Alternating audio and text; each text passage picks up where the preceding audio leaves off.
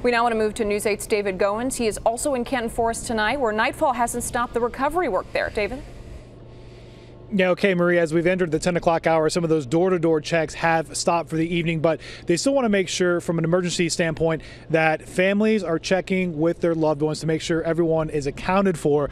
As far as the worst of the injured, 8 are still in the hospital tonight. We know that 2 are in critical condition in Tyler. Now, behind me, this is actually one of the more popular venues in Canton. It's called the Rustic Barn, and they host proms, they host weddings, and yesterday the very small Edgefield High was about to have their prom, and 40 minutes before that happened, as parents took photos with their kids, the tornado hit here. Everyone rode it out underneath a staircase.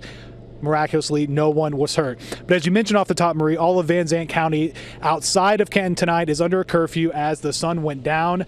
Governor Greg Abbott did tour the damage from the air this afternoon. He said in his time it was really unlike anything he can remember in terms of how long a storm stayed on the ground.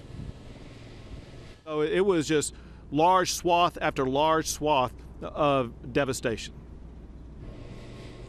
Abbott also used the map to show the 5,100 addresses his office says were affected by those 4 tornadoes, which is why the work to verify that everyone is accounted for has taken more than 24 hours and is now stretched into our second night and probably tomorrow morning as well. If you live in Van Zandt County and maybe are staying in the Dallas area tonight, they do believe they'll have electricity on in Canton and maybe in some parts of the county in the next few hours. As far as schools go, Canton ISD is closed for tomorrow, but the kids from Edgewood High, some of them probably wrote out the scariest moment of their life here at this venue yesterday.